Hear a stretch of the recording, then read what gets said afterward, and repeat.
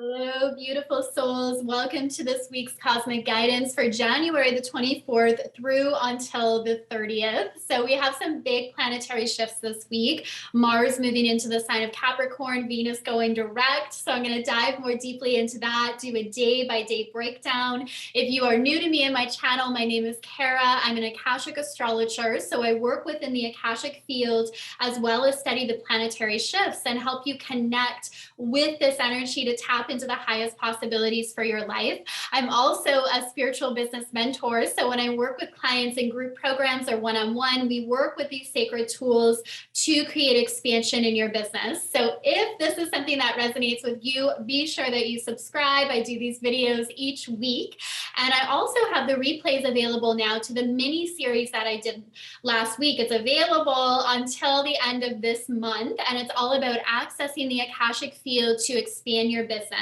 So the best way to access those videos now would be in my Facebook group. We have over 3,000 beautiful souls in that space, and all of the videos are under the featured section, so you can catch those replays. We really dove deeply into seeing your business as a vessel for your soul's evolution and expansion and the impact that you're here to make. We talked about receiving financial abundance for the work that you do in the world. And then on day 3, I took you through a process to open and access your records and tap into the highest timeline possible for you and your business this year. So I'll attach all those links below.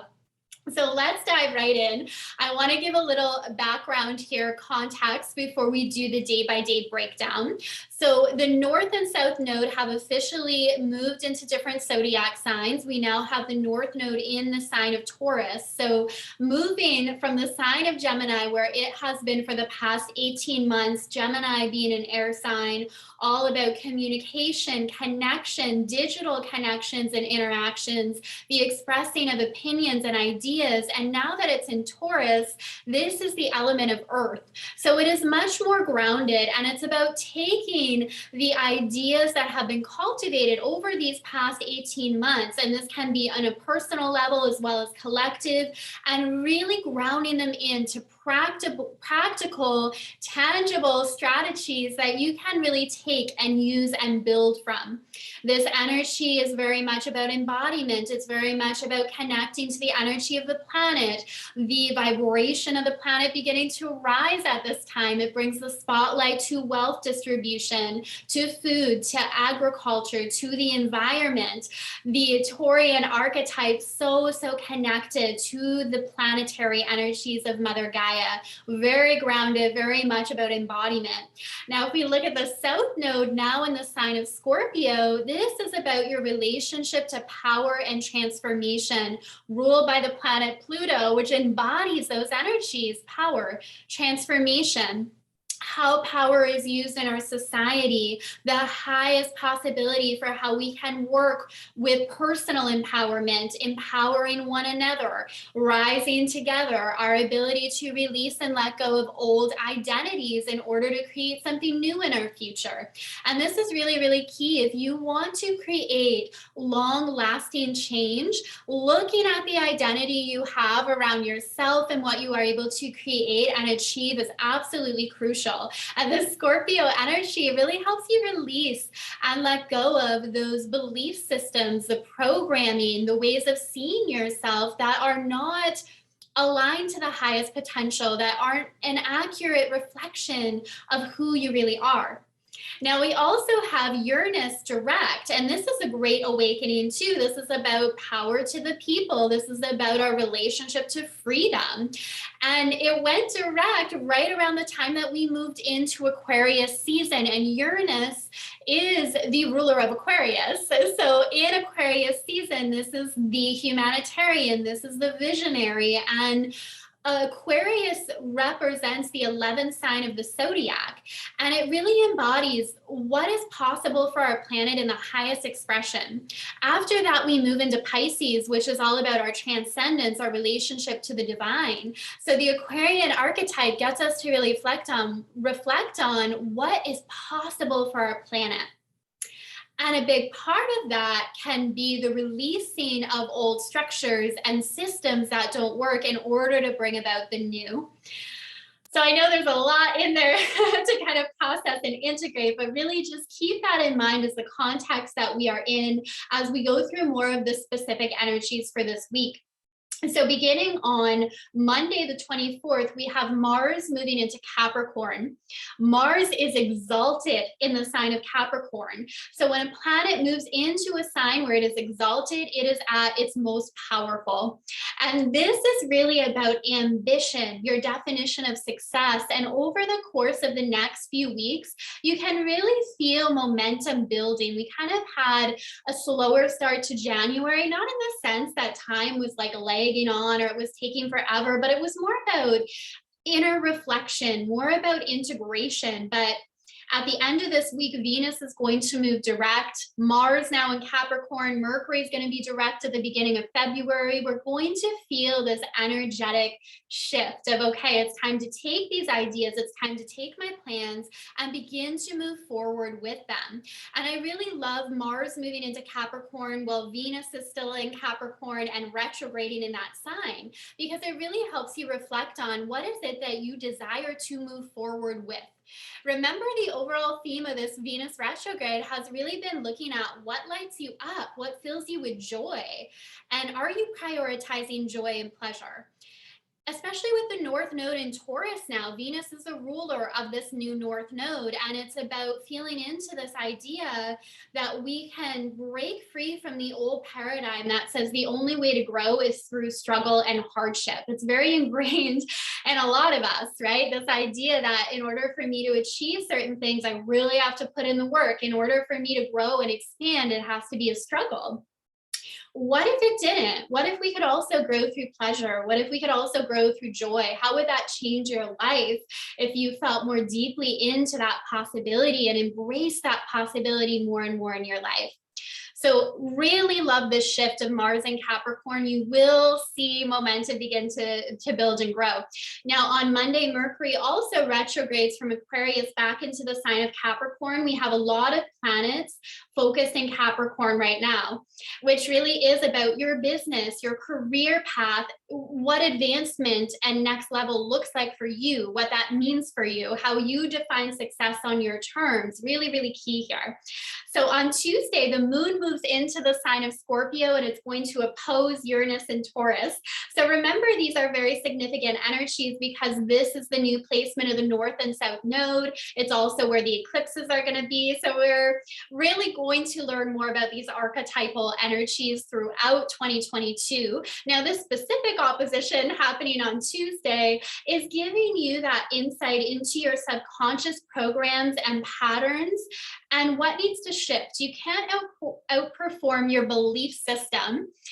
So just to give an example, especially since it is Taurus and Scorpio, it is a money sign. You may be looking at, I want to call in more financial abundance, but you have this identity and this belief that money is a struggle and you are somebody who struggles with money. You have to change that identity and that belief. And Tuesday is a day where you can really begin to do that. You can have insight into why you're creating some of the results you are and how you can begin to change that.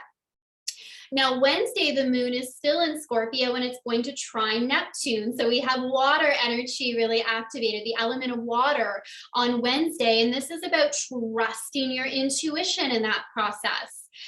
Where are you looking too much outside of you for the answers, for the solutions, for the next step, for guidance? And how can you firstly look inward and from that space begin to take action? And anytime Neptune's involved, that really connects you to a higher level of consciousness, to your intuition in new ways, to your higher self.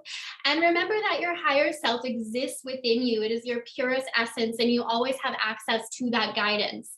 Now, on Thursday, the energy will shift. Thursday, the 27th, the moon, which is the emotional undertone, the moon moves into Sagittarius, which focuses more on adventure, on exploration, on taking the knowledge that we have, embodying it, and turning it into wisdom, where we can really create bigger change in our life. And Mercury currently retrograde helps with that as well. I always like to kind of highlight the benefits of these retrograde planets because, sometimes they just get a bad reputation, but Mercury retrograde also helps you focus more deeply on your intuition and how it is guiding you. So I like those energies here on Thursday. Now, also the moon is going to square Jupiter in Pisces that day. So this can be a time where you are really connected to your vision, what you desire to create. And sometimes our mind can jump in and say, when is that going to happen? How is it going to happen?